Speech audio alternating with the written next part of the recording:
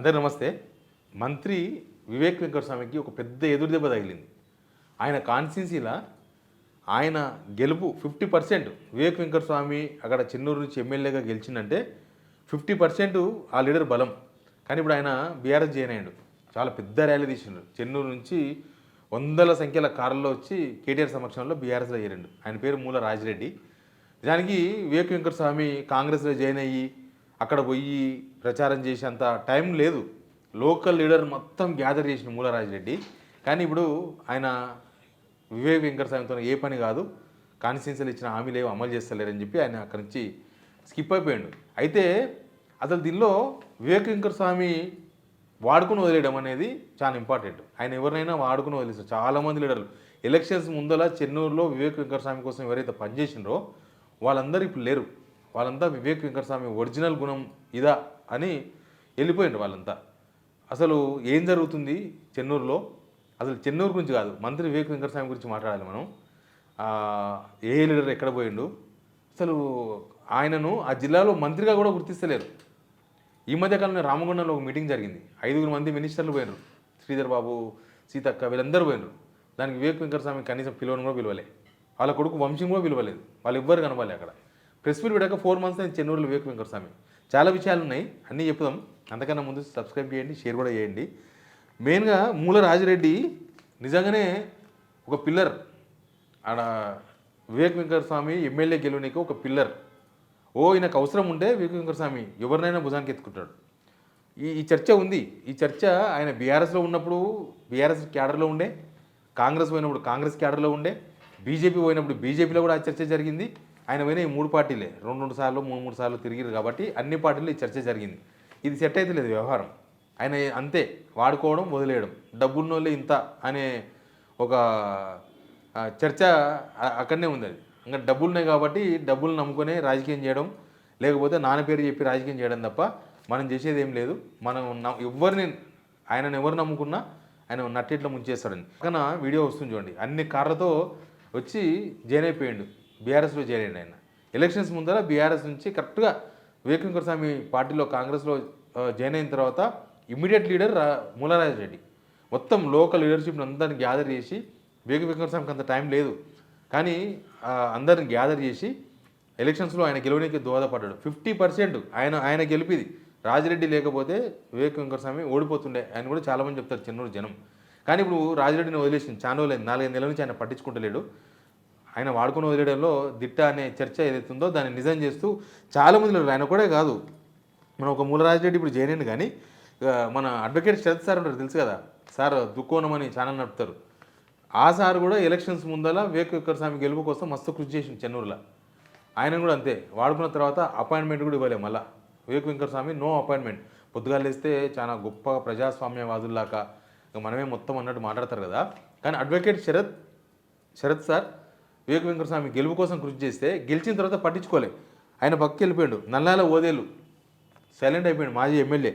తర్వాత Kampalli Sammaiah AITC leader Vivek Venkataswamy పట్టించుకుంటలేడని ఈయన శిబిరం నుంచి పోయి శ్రీధర్బాబు శిబిరంలో చేరాడు. ఇప్పుడు అక్కడ ఉన్నాడు ఆయన. అంటే ఈయన దగ్గర ఉన్న వాళ్ళు ఎవరు లేరు. ఎలక్షన్స్ ముందర ఉన్న వాళ్ళు ఎవరు లేరు. మన ఓయూ సురేష్ ఉంటాడు, ఓయూలో ఉంటాడు సురేష్ అని. సురేష్ని కూడా మస్తు వాడుకున్నారు ఎలక్షన్స్ ముందల.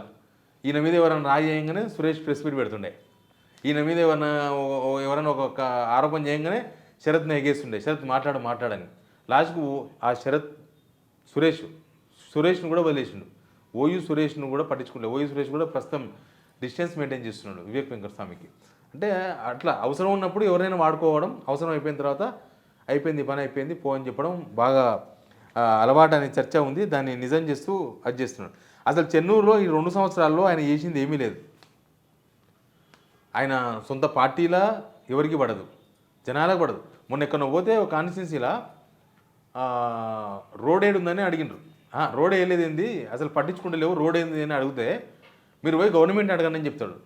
ఈయన మినిస్టర్ అంటే గవర్నమెంట్లో భాగమా, లేకపోతే ప్రతిపక్షంలో ఉన్నా అనుకుంటున్నారా, లేకపోతే గవర్నమెంట్లో నా మాట నడుస్తలేదని చెప్పదలుచుకున్నాడా, లేకపోతే నేనేం రోడ్ అయ్యా నా వల్ల కాదు మీ ఇష్టం అని చెప్పదలుచుకున్నాడా అర్థం కాలేదు.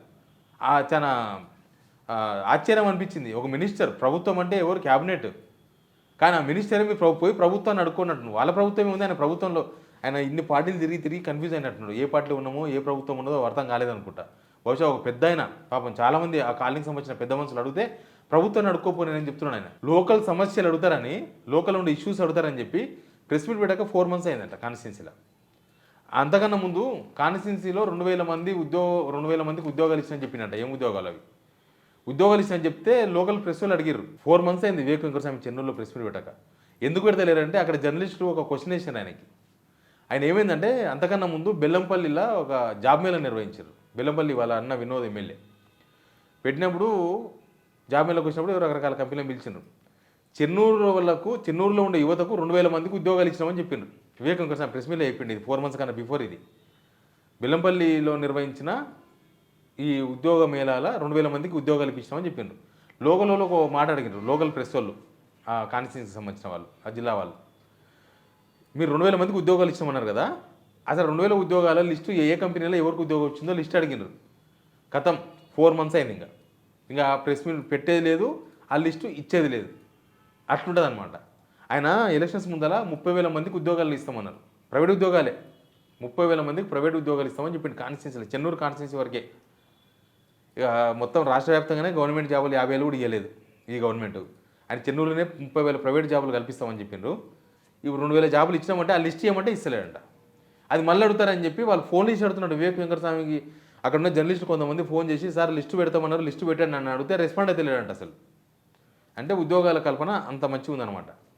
అట్లా మొత్తం ఎలక్షన్స్లో వాడుకొని వదిలేసినామంటే లాస్ట్కి హిట్ అయింది.